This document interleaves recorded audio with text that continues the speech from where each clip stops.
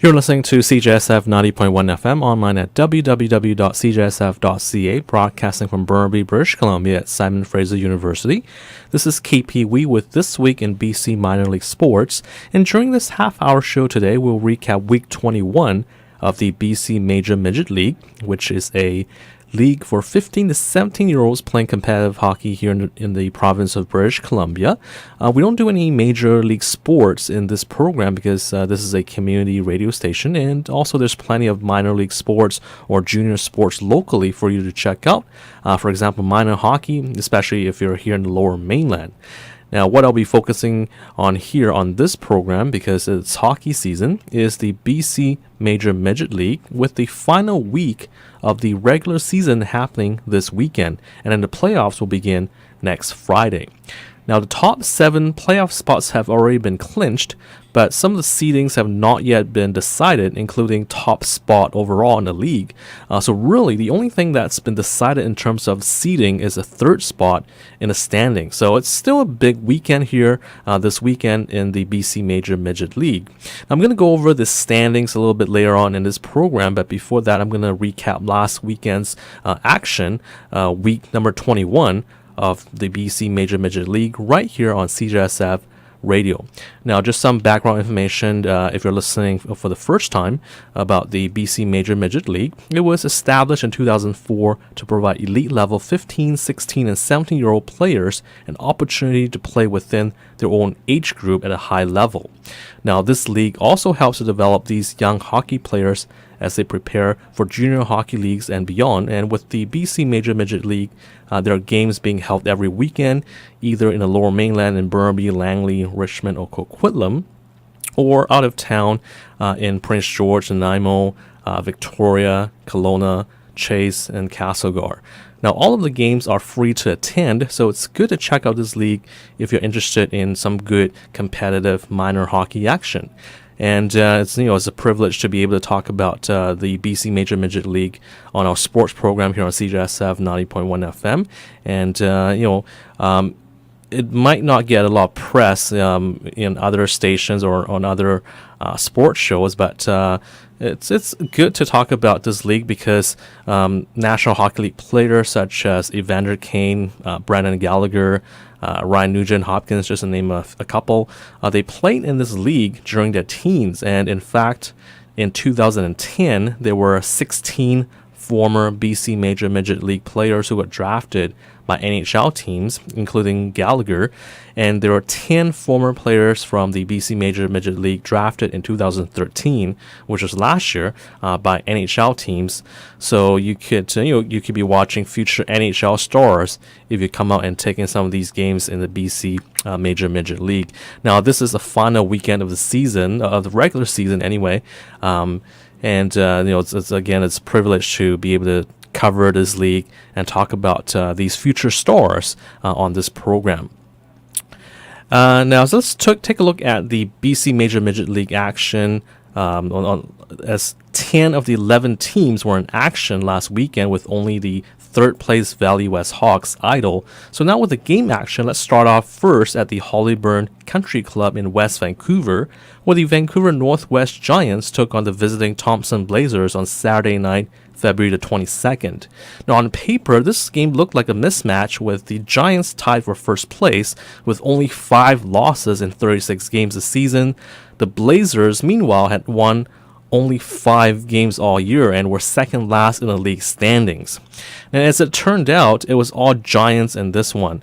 Owen Stout opened the scoring for the Giants just a minute and 15 seconds into the contest, and Captain Quinn Thompson added another goal later in the first period, I should say. And it was 2-0 after 20 minutes. Now, Vancouver Northwest poured it on in the second period when high-scoring defenseman Dante Fabro got his 21st goal of the season just 2 minutes in. It was 3-0 at that point. And the Giants weren't done there, because 4 minutes after that, Quinn Thompson scored his second goal of the game and then his third to complete the hat trick with 5 minutes remaining in the second period. Now, in total, the Giants scored 5 times in that period alone, and they were ahead 7-0 after 40 minutes. Vancouver Northwest added 3 more goals in the third period, with Tech and Holt getting 2 of them to make the final score Giants 10, Thompson Blazers nothing. Now, while Giants captain Quinn Thompson was a big story in the contest with 3 goals, giving him 24 on the season, Justin Zito also had a big night with 5 assists in the game for the Giants. Colton Kerfoot, the league's leading scorer, had a goal and 3 assists as well. So a big night overall for the Vancouver Northwest Giants as they win 10-0 over the Thompson Blazers on Saturday night. Now, with the win, the Giants improved to an amazing 30 wins, 5 losses, and 2 ties on the season. So, again, just amazing record, 30 wins in 37 games on the season. That's first place in the league. And the Giants then took on the Blazers again on Sunday morning, again at the Hollyburn Country Club in West Vancouver. This time, the score was much closer, but it was still the same result because the Giants won in the end. And Dante Fabro, the high-scoring defenseman of the Giants, put them ahead midway through the first period on Sunday with his 22nd goal of the season. Colton Kerfoot notched his 34th goal of the year late in the first period, and it was 2-0 after 20 minutes. Captain Quinn Thompson continued his hot scoring streak with his 25th of the year, 6 minutes into the second period, and it was 3-0. The Thompson Blazers finally got on the scoreboard just over a minute after that, with Alex Winters scoring to make it 3-1. But unfortunately, that was as close as the Blazers would get, because Quint Bangerfield scored for the Giants with 7 minutes left in the second period, and the Giants added 2 more goals in the third to make it 6-1. Now, the Blazers' Dexter Robinson scored late in the third period to make the final score on Sunday, the Vancouver Northwest Giants 6, the Thompson Blazers 2. Now, Colton Kerfoot had a goal and 2 assists on Sunday, as he still leads the league in scoring, 1 point ahead of Okanagan's Tyson Jost. Now, the weekend sweep by the Giants gave them a record of 31 wins, 5 losses, and 2 ties, and that's good for 64 points. Now, they went into last weekend tied for first place with the Okanagan Rockets, so how did those Rockets do? Well, Okanagan took on the Caribou Cougars for a pair of games in Prince George last weekend, and it was all Rockets on Saturday. Tyson Jost scored 4 goals and added 2 assists, while Liam Finley had a goal and 3 helpers as the Rockets defeated the Cougars by a score of 9-2. Now, the Rockets, who were having some injury problems, would play the majority of the game on Sunday morning with only 12 skaters. Now, despite playing shorthanded, the Rockets once again found a way to win as they beat the Cougars 5-4 on Sunday to complete the 2-game sweep. Now, Okanagan lost 2 players in the first period in the Sunday contest, with Liam Finley getting knocked out of the game with an injury and Marlon Head being ejected from the game because of an illegal hit.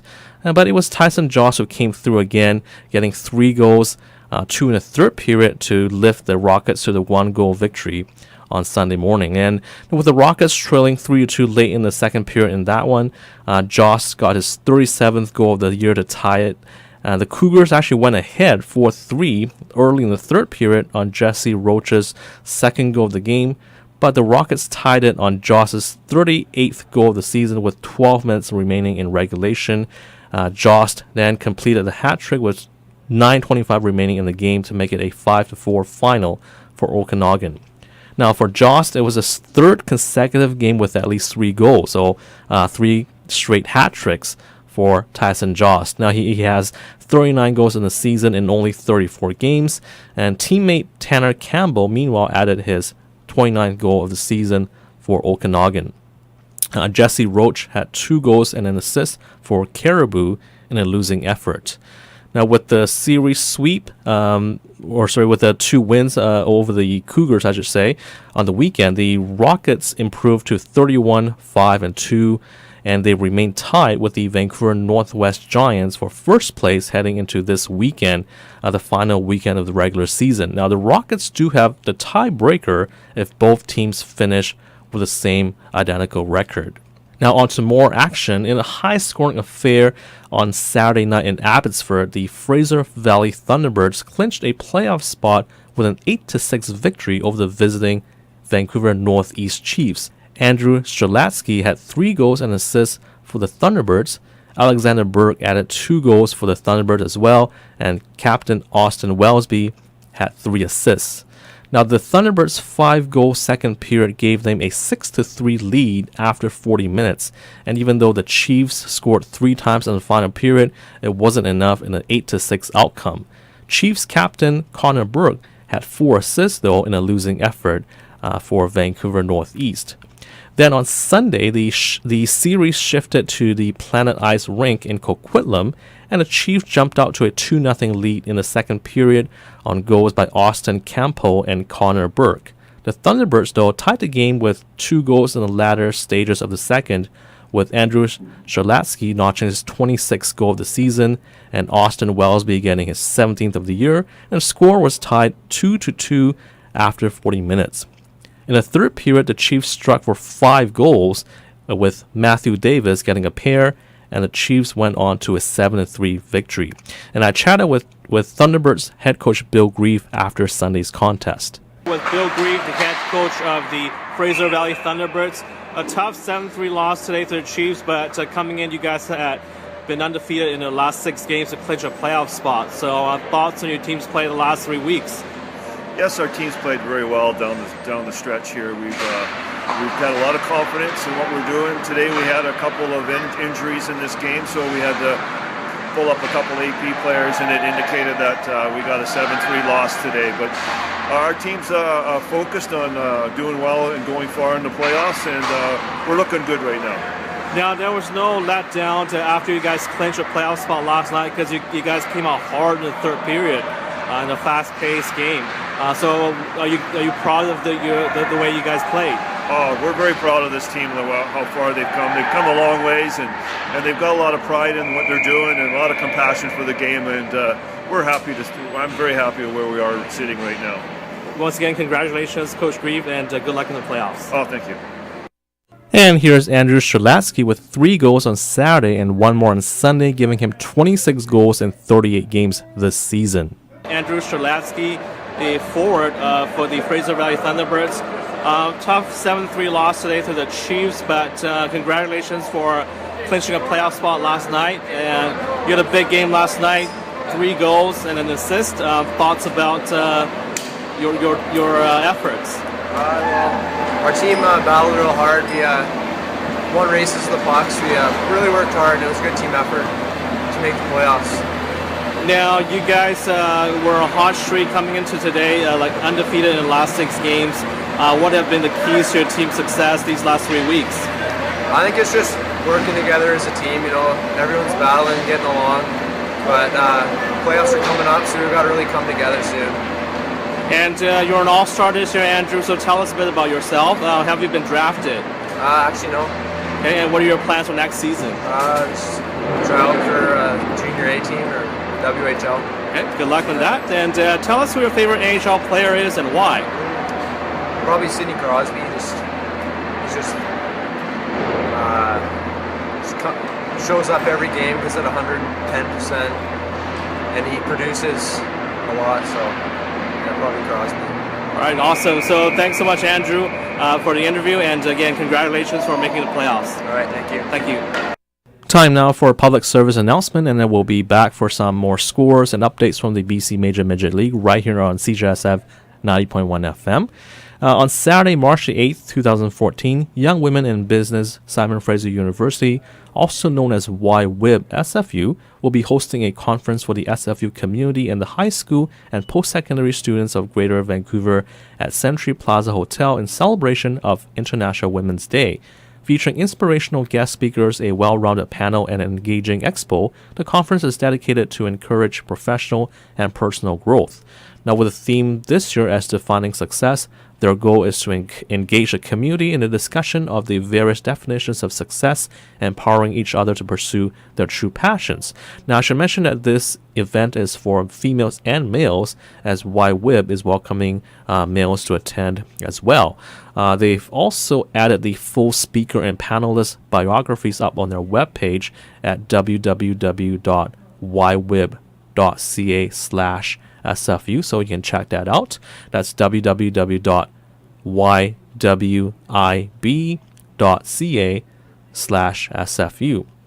Now, for more information about this event, it's happening on Saturday, March the 8th.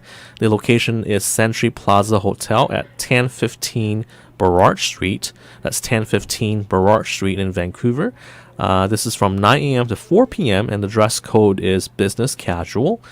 Ticket prices now for high school students, the price is $25, and that's if you get your ticket between now and March the 2nd. The ticket price for SFU students who are non-YWIP members is $35, provided you get your ticket by March the 2nd. The general admission ticket price is $40 if you get your ticket by March 2nd. Then that will be for students from other post-secondary institutions and also for professionals as well.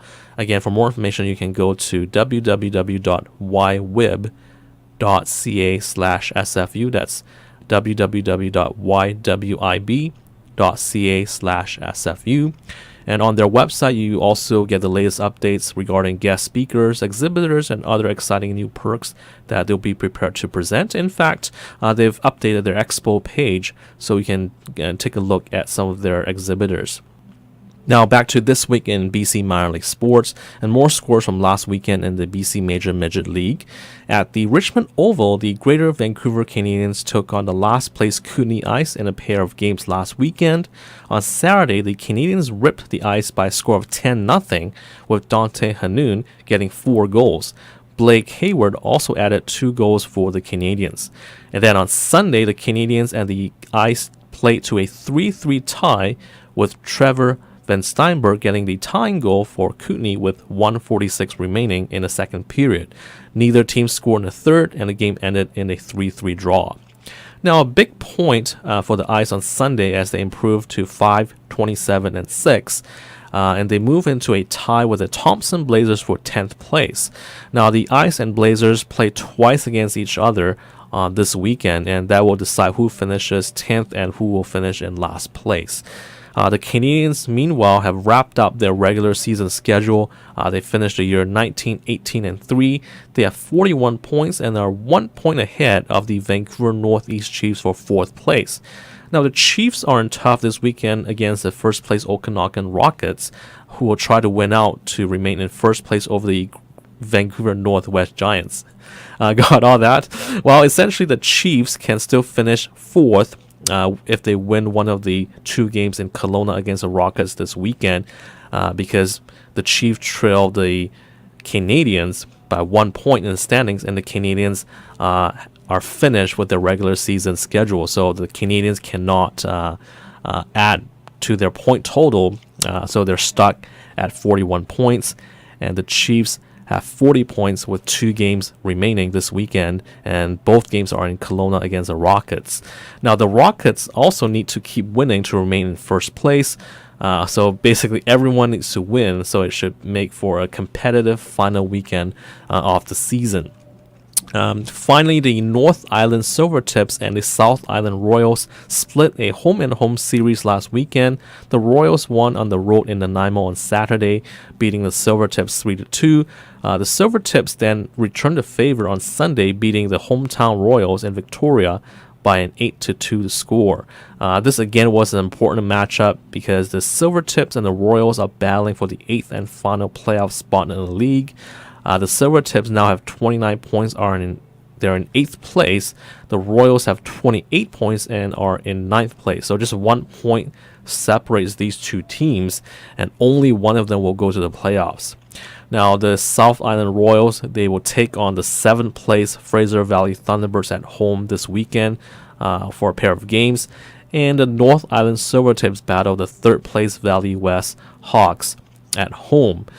So it looks like at this point, the 9th place Royals, they have an easier schedule, so to speak, because they're playing against the 7th place Thunderbirds, and the 8th place Silvertips are taking on a 3rd place Valley West team, which is fairly strong. But you never know, so that's why they play the games, and we'll see who will clinch that final playoff spot between the Silvertips and the Royals. So it should be an intriguing weekend, as you know, the final playoff spot could come down to the final games of the season. Now, for this weekend's schedule, none of the games are happening in the Lower Mainland, unfortunately. But if you're out in Prince George, the Caribou Cougars will take on the Vancouver Northwest Giants for a pair of games. And in Kelowna, the Okanagan Rockets will take on the Vancouver Northeast Chiefs for 2 games as well. Now, what's at stake here again is that the Giants and the Rockets are battling for the number 1 seed in the league and for home ice advantage for the playoffs. The Chiefs, who are playing the Rockets, still have a shot at 4th place. So it's a big game for them as well. The Chiefs are sitting just 1 point back of the Greater Vancouver Canadians, who have completed their regular season schedule and are idle this weekend. For the complete listing of games this weekend, check out the league's website at www.bcmml.net. And now let's take a look at the standings heading into the final weekend of the season. As mentioned, the Okanagan Rockets and the Vancouver Northwest Giants are tied for first place. Both teams have 31 wins, 5 losses, and 2 ties. That's good for 64 points. Even though both teams are tied for first place, the Rockets have the tiebreaker because they went 2-1-1 against the Giants earlier this season. Meanwhile, the Valley West Hawks are in third place, and they cannot move up or down in the standings, so they're locked in at the third spot. Valley West has a record of 25 wins, 11 losses, and 2 ties. That's good for 52 points. The Greater Vancouver Canadians, as mentioned, have finished their regular season schedule, and they finished with a record of 19 wins, 18 losses, and 3 ties. So 1 game over 500. They have 41 points in 40 games. They're in 4th place, but that could change depending on what happens with the Vancouver Northeast Chiefs, because the Chiefs right now are in 5th place. They have 40 points, 1 point back of the Canadians. The Chiefs have a record of 18, 16, and 4. But as mentioned, they are going to be in tough this weekend because they take on the first place Okanagan Rockets. So it could again come down to the final day of the season to see if the Chiefs can somehow overtake the Greater Vancouver Canadians for 4th place. The Canadians and the Chiefs would be facing off in the first round of the playoffs if the standings hold. And again, home ice advantage will be important for the playoffs, because I'm going to talk a little bit about the playoffs before we get to the rest of the standings, because the playoffs will start next Friday, and it's a best of 3 series, so they'll play Friday, Saturday, and Sunday, and whichever team wins 2 games first will clinch the series. So for the Canadians and the Chiefs, who right now are 4th and 5th, they will take on each other in the playoffs if the standings remain the way they are. And the 4th place team, in this case the Canadians, they would have home ice advantage for all 3 games. So again, it's very important in terms of trying to get into 4th place so that you can get home ice for the series and try and move on to the next round. So definitely an important weekend for the Chiefs as they try to finish in 4th place if they can somehow get by the Okanagan Rockets. So those are the top 5 spots in the standings. Now 6th place belongs to the Caribou Cougars, who have a record of 17 wins, 19 losses, and 2 ties. And again here, the Cougars, even though they're in 6th place, they could potentially move into 5th if they win both of their games and the Chiefs lose both of theirs. So the Cougars still have something to play for. If they win both their games this weekend, they have a chance to finish in 5th place. So again, the standings could change on the final day of the season when all the teams have wrapped up their games for the weekend. Now, in 7th place, the Fraser Valley Thunderbirds have a record of 15 wins, 19 losses, and 4 ties. They have 34 points. And again, if they somehow were able to win both their games this weekend, the Thunderbirds could potentially move into 6th place. So again, there's a lot to play for these final 2 games of the season. And as mentioned, only third place is locked up, and that's the Valley West Hawks. Obviously, every team will still try to play hard because they want to get into the playoffs with momentum. But you could see teams going up and down, over the final 2 games of the season. So these standings right now, as it stands, it could change by Sunday afternoon. But for now, the Thunderbirds of Fraser Valley are in 7th place, and they have 34 points with 15 wins, 19 losses, and 4 ties. And the battle for 8th place belongs to the North Island Silvertips, who right now hold the 8th spot. They have 12 wins, 21 losses, and 5 ties for 29 points. The South Island Royals are 9th right now. They are 1 point back of 8th place. They have 12 wins, 22 losses, and 4 ties for 28 points. And again, between the Silvertips and the Royals, who are 8th and 9th right now, only one of those 2 teams will make the playoffs as a final seed in the playoffs starting next week. And finally, in 10th place, or tied for 10th place, I should say, are the Kootenai Ice and the Thompson Blazers. Both the Ice and the Blazers have a record of 5 wins, 27 losses, and 6 ties. Both teams have 16 points, and as mentioned earlier in the program, both teams will face off against each other this weekend to determine who will finish last and who will finish in 10th place. So again, an exciting weekend coming up, and unfortunately, of course, none of the games are happening in the Lower Mainland. But if you are in Kelowna, or if you're in Prince George, or in the interior, you're close by to these games, definitely go check them out. They're free to attend and should make for an exciting weekend because of what's at stake in terms of the standings and the seedings and the final playoff spot. Now, one final piece of announcement here before we wrap up the show. The SFU men's hockey team has secured home ice advantage for the first round of the BC Intercollegiate Hockey League playoffs, and tickets are on sale for the first playoff game happening on Friday, March 7th at 7 p.m. at the Bill Copeland Sports Center.